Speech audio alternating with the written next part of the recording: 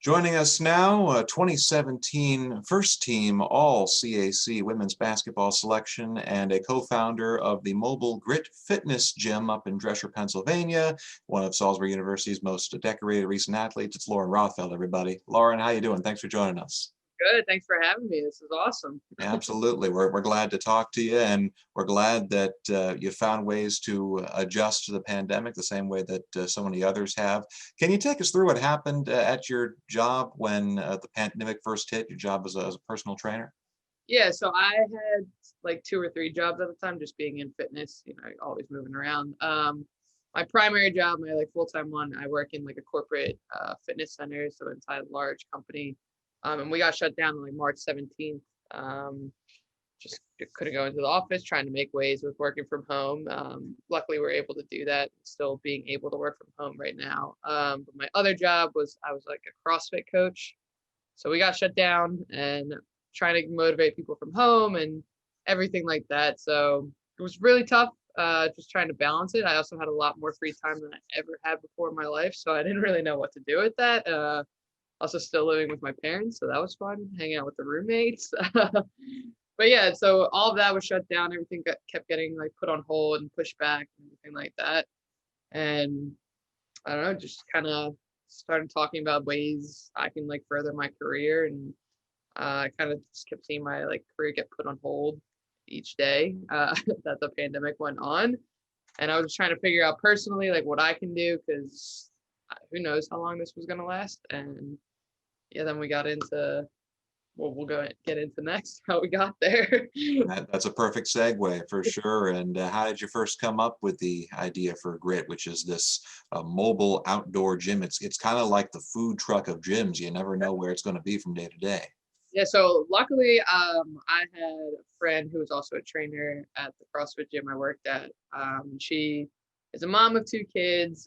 She was previously like in the corporate world. Her company like went under 5 or 6 years ago, and she was just at a place in her life, her and her husband, that she's like, I'm going to take a break and raise our two kids. And they're finally like in school now. So she was always looking to get into something else. And I had always had the dream of opening my own gym, and which I thought before the pandemic was going to happen. And then, as I said, like I just kept seeing it like my life get put on hold for 2 or 3 more years. Just I wanted to get a part of it now. I kind of always had the idea in my mind that when I'm 25, like I want to open my own gym. Like that's like when I want to do it. Because if I don't like it, if it doesn't work, I'll still have like some time to figure something else out. So she and I kind of like talked briefly. I went over to her house and we were just like kind of being like, I don't really like where I don't really like where my life is kind of heading right now. I just feel like I'm always working for someone, and just I want to do it for myself at this point. Like I want to be selfish and use like the skills that I've learned in schools and through all the other gyms, like not just benefit other people's businesses, but like to benefit my own. And then she's like, well, why don't we open up a gym? And I was like, we would be insane to open up a gym during a pandemic. Like they're all getting shut down. None of them are actually like opening right now. And so like 2 or 3 weeks went by, and she like messaged me. She was driving behind this like hitch on trailer, like 5x8 trailer. And she happened to have one at her house. They just move like tractors and stuff like that. And she was like, we have this. What if we outfitted this to be a gym, and like we did it in local parking lots? And I'm like, that could work. So then it kind of like just went from there. It really like everything that we've done was in like a month, maybe a month and a half of like preparation, but we just kind of got the ball rolling, and we are like the perfect duo that matches each other's like level of crazy, level of like chillness pretty well. So it just kind of went, and it's been awesome ever since. That seems to be how so many companies, not just gyms, but restaurants and other enterprises seem to get started. You see a need, you realize, hey, we can fill that need with what we've already got right now, and you go ahead and do it, and it just becomes something that people are attracted to. Yeah, I mean, how like Grit came about, it was like that idea of doing a tractor, and like we never were like, oh yeah, like let's do it. It was, we kept saying like we were waiting for the other person to call each other's bluff, kind of. And then I was like, how about we call it this? Like, how about our logo looks like this? And it kind of just went. And then everything about it, because I wasn't going to the gym at the time, it was just, I didn't feel safe. I didn't feel safe like putting myself in that with like still living with my parents, still seeing my grandparents. It just, I didn't feel comfortable with it. And I know everybody's in their own like scheme of where they feel comfortable, and like I never want to judge other people for how they feel during this or what they're doing. But I do know that like exercising is a way of like just relieving stress. And right now, during a pandemic, everybody's putting on like different hats that like they didn't wear before. Like parents are becoming like at home teachers, and they're doing this and they're doing this. They're also having to do their job from home. Like everybody is just so stressed out, and like everybody's mental health and like quality of life is pretty much going down. You can see it just by talking to like some friends or other clients that I've had, and like you can just see they're stressed to the max. And I'm like, well, the only thing I know that helps get like relieve this is just like working out. And so that's what me and my partner Christina were like talking about. I was like, I want to give that to people in the safest way that we can. And then that's when we came with like the outdoor part of it. And it just, if you can dedicate 45 minutes just to yourself, especially during this time, like that's amazing. And that's what we want. And just solely to you, like not for your husband, your wife, your fiance, your kids, doesn't matter, like just to you, it like benefits everybody in the long run. Is this something that you can see you and your partner continuing when the pandemic subsides and in-person gyms are allowed to open again? Yeah, that's definitely the goal. We always like talk about like, oh, like I'm always a one day at a time kind of person. Christina's always a big picture kind of person, which is why we work out pretty well. But end goal is of course to have a location eventually, and like still always do our outdoor workouts, because I mean working outside is fun. We kind of got into the realm of it. But like to have our own facility would be awesome, to get through this pandemic and get a following, and like already have a set group who will just follow us to a location would be amazing. Already starting off pretty strong. We pretty much have like the basis of how we run our gym, and we're not a membership right now because one, we're outdoors and we can't control the weather, which has been the biggest problem.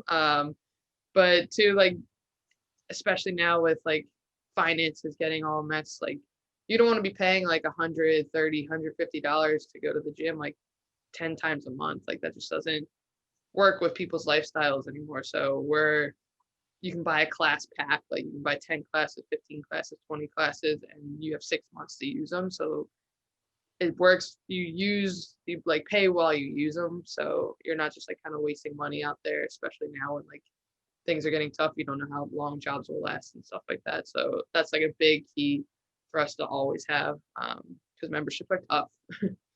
People quit because they don't use it.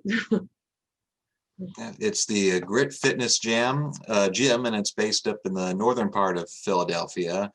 She is Lauren Rothfeld, and before she did that, of course, she was a star basketball player here at Salisbury University. After that, though, Lauren, you went down to Emory University in Atlanta, became an assistant coach for a year. Can you tell us about what it was like shifting from one side of the court to the other? It was tough. It was definitely tough. I mean, when I graduated, I kind of I didn't have any interest in coaching at the time. I was so focused on like basketball, and like I ended my career on such a high note that I don't know, coaching was never in my mind. And then everybody says it, like everybody who graduated always says it, like when October rolls around, you start thinking like I should be doing something, like I should be doing something basketball. And that's kind of how it went. I remember I went down for homecoming weekend down at Salisbury, and I was talking to Coach Basketball, and I was just like, I think I want to be like your GA next year. Like I miss being a part of it. I miss being a part of basketball. And it was just kind of like a joking conversation. I was like, yeah, I kind of like, I want to get back into it. And went home 2 weeks later. She texted me. She's like, hey, how would you feel about moving to Atlanta, Georgia? And I was like, it's not really on my list of things to do, but what's going on? And it so happened that their head coach at Emory stepped down. Their assistant stepped up, and they need like a new assistant coach like yesterday. And I just so happened to be like one of the only people who played basketball who wasn't already tied into a program already. So interviewed, and I had to move down there within like a week, which was wild. But I don't regret going down there. Coaching definitely wasn't for me, at least at that time. It was just like super hard transition. mostly because I wanted to be out there still doing it. I didn't transition over to wanting to like get behind the scenes of like the X and O's yet. But I don't regret anything from it. I gave it like everything I had. Coach Basco like helped me out so much during it. I'm like, I don't know what I'm doing. She's like, you'll be fine, and all that. So definitely a wild ride for sure. And it was a wild and eventful 2017 for you, because before you went down to Emory and became a coach there, you were in Israel participating in what's called the World Maccabi Games, and the women's basketball team from the United States ended up winning a gold medal there. Can you take us through the process of learning about these games and trying out for the team and ultimately participating in this rather large international sports exhibition? Yeah, I got an email in July of the previous year, so like 2016, 2015, just about a tryout up in New York. And obviously my dad read it and he's like, "Oh, we're going." I'm like, "I don't even know what this is." Like, so we went, and it was just like one of those tryouts, like you get a number on your back and you're trying to make a team. And it was wild. Girls from like all divisions, like a lot of D1 girls, D2 girls, there's a couple D3 girls mixed in there. And we were just playing 2 full days of just hard, like long days, just scrimmaging, mixing up teams, and you don't know what the coaches are thinking. People with clipboards everywhere, just like jotting it down. They didn't even know me by name. They just called me Salisbury the whole time. And then I guess like a couple months later, maybe like 5 or 6 months later, I got an email saying I made the team, got a call saying I made like one of the 12 girls on the roster. I'm like, that's amazing. And then it came out that I was like one of 3 non-Division One players making. I'm like, that's even better. So I didn't really have any expectations going into it, into the tryout. I was just like, I'm going to give it my all before my senior year. If anything, it was more a chance to play some basketball before getting to Salisbury for that last year. And yeah, so then after I finished up playing at Salisbury, my season ended. I wasn't that, like, I was sad, but I wasn't that sad because I knew I had more to play. And then we went to Israel, and it was a wild ride. We won the gold, but when we get there, we flew out of New York, so we met as a team, some of us. So we all flew in. There were girls from California, Texas, all that. So we flew into New York, stayed at a teammate's house, practiced 1 or 2 times, and then flew out to Israel for a 12.5 hour plane ride. Got there, immediately had to practice. Like your legs are still like jello. But we were able to, so the first part of the trip is we practice and then we travel the whole day. So it's called Israel Connect. And so we'll practice at like 6 a.m., go back to the compound and just shower, eat, and then they put us on a bus for the rest of the day and we go and tour the whole country. So it's really cool. Very And nice. then you transition over into like the games portion where it gets serious. And we were, basketball was hosted out of Jerusalem. So it was all men's and women's basketball in the same hotel. So, and I think hockey and volleyball were in there, but yeah, we had to ride a bus with like the girls that we were going to go play. So we were on a bus with like Russia and all that. So it wasn't, and we had to ride the bus back with them. So it wasn't the most comfortable position when we like beat them, but we were fine. Yeah, just it was oh hey, remember that from 5 minutes ago where we totally smoked you guys? That was nice, right? Yeah, the tough bus ride was with Russia because they were not happy with like that we won. Australia was so cool. They were amazing. They were cool to hang out with. But yeah, Russia bus ride was definitely awkward. Do you have a favorite city or a site that you got to visit? I love like Israel to like my core. It's so beautiful. There's a city called Jaffa.